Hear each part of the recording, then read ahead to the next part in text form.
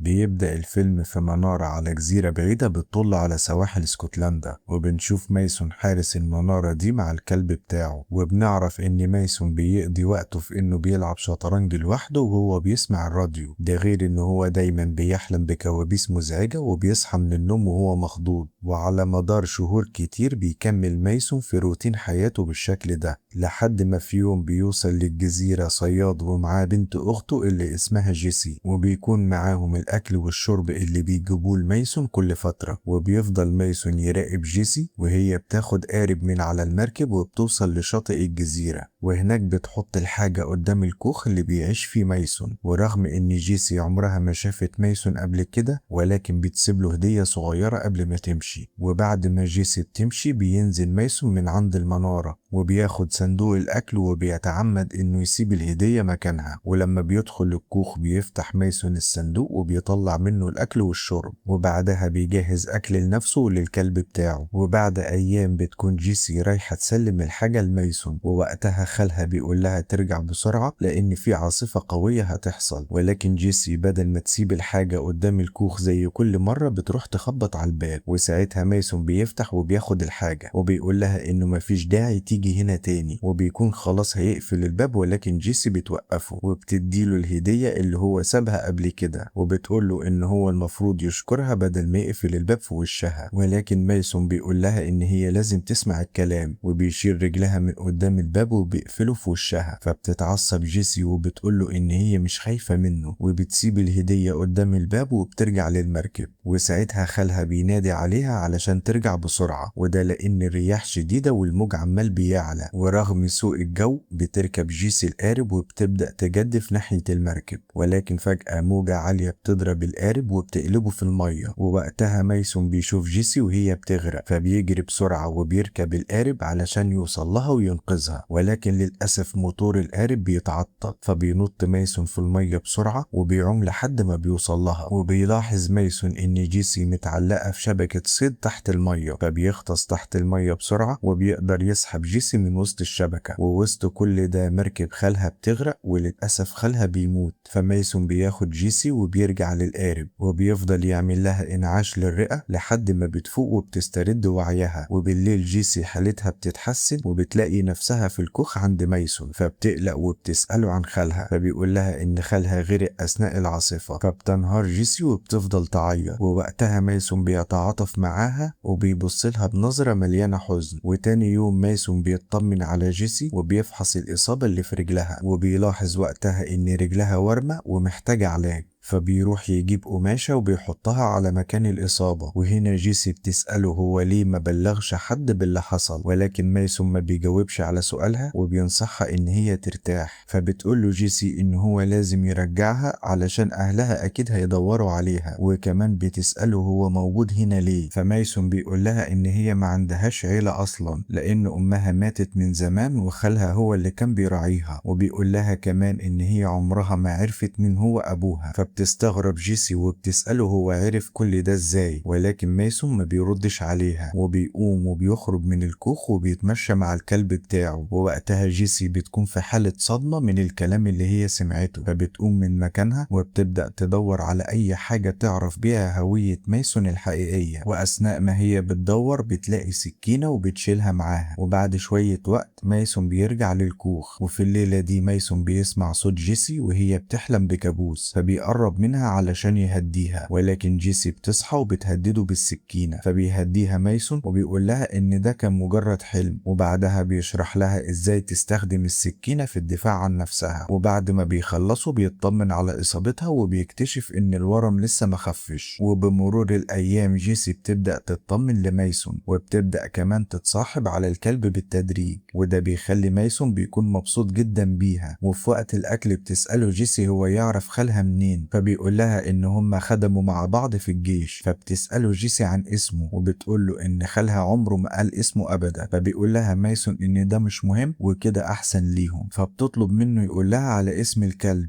وبتتفاجئ ان الكلب ملوش اسم هو كمان، فبتقرر ان هي تسميه جاك. وبعدها بتلفت نظر مايسون لحركة معينة في لعبة الشطرنج، فبيفرح مايسون لما بيكتشف ان هي بتعرف تلعب، وبيقول لها ان هو اخيرا لقى حد يلعب معاه. وبعدها بيحاول يطمن على رجلها وبيكتشف ان الورم بيبدأ يلتهب. وهنا جيسي بتقترح ان هم يروحوا للمستشفى، ولكن مايسون بيرفض وبيقول لها ان هو هيروح يجيب لها ادوية من المدينة. وبعد ما مايسون بيمشي بتتفرج جيسي على رسومات مايسون وبتعجب بيها، وفجأة بتلاحظ ان مايسون فتح الهدية بتاعتها، وبنعرف وقتها ان الهدية دي عبارة عن منارة صغيرة. وفي الوقت ده مايسون بيوصل للصيدلية وبيتجنب الكاميرات اللي فيها، وبيبدأ ياخد الأدوية اللي هو عايزها. وفي مكان تاني بيكون فيه اجتماع خاص بلجنة من البرلمان، وبيكونوا عاملين استجواب لرئيس المخابرات البريطانية اللي اسمه ماني، وده بسبب التعدي على خصوصية المواطنين. وبيتهموا المخابرات بان هم بيراقبوا المكالمات والايميلات وكاميرات المراقبة، وده علشان يعملوا نظام مراقبة متطور واسمه سيا. وواحد من اعضاء اللجنة بيوضح ان هم ما عرفوش موضوع البرنامج ده غير بالصدفة. وهنا ماني بيقول ان البرنامج بيساعد المخابرات في ان هم ياخدوا قرارات احسن، ده غير ان البرنامج بيتنبأ بالتهديدات بشكل اسرع. وبيقول كمان ان رئيسة الوزراء شخصيا كانت عارفة بالبرنامج، ومع ذلك بيفشل ماني في ان هو يقنع اللجنة. ورئيسة اللجنة بتبلغه ان هو ورئيسة الوزراء هيتم التحقيق معاهم، فبيروح ماني وبيبلغ رئيسة الوزراء باللي حصل في الجلسة، فبتقول له ان رئيسة اللجنة عاوزة تستغل اللي حصل ده ضدها في الانتخابات. فبيقول لها ماني ان هي محتاجة كبش فدا علشان يشيل الموضوع كله. فبتبتسم رئيسة الوزراء وبتقول له ان هي هتعمل كده فعلا، ولكن قبل كل ده هو لازم يختفي من المشهد تماما. وبتعرفه ان هي هتشيله من منصبه وهتعين روبرتا النائبة بتاعته رئيسة المخابرات بعد منه، وبعد ما الانتخابات تخلص هترجعه لمنصبه تاني. وبنرجع لمايسون اللي بيكون واقف عند محل ملابس، وده علشان يشتري هدوم جديدة لجيسي، وبيكون حريص ان هو ما يظهرش قدام الكاميرات. ولكن وهو خارج بيعدي من جنب بنات بيتكلموا فيديو، وساعتها برنامج التعرف على الوجوه بيكشف هويته. وفي مقر المخابرات روبرتا وفريقها بيكتشفوا حاجة مهمة جدا، وهي ان بصمة عين مايسون متطابقة مع بصمة مجرم دولي، والمجرم ده مطلوب في قضية تفجير سفارة في دولة تانية. ووقتها روبرتا بتسأل عن مكان مايسون، ولما بتعرف انه في اسكتلندا بتبعت فريق من القوات الخاصة على هناك. وفي الوقت ده مايسون بيكون بيعالج رجل جيسي بالأدوية اللي هو جابها، وبعدها بيديها الهدوم اللي هو اشتراها. فبتفرح جيسي وبتقوم تلبس الهدوم وبتقول له ان الهدوم عجبتها وبتشكره. فبيرد عليها مايسون بابتسامة هادية. وبالليل مايسون بيجهز الاكل لجيسي، وهي بتكون فرحانة لان هو بيعمل لها الاكل اللي هي بتحبه. وفجأة جاك بيحس بحاجة غريبة وبيبدأ يعمل صوت مميز، وهنا مايسون بيفهم ان في حاجة غلط بتحصل. فبيبص بره الكوخ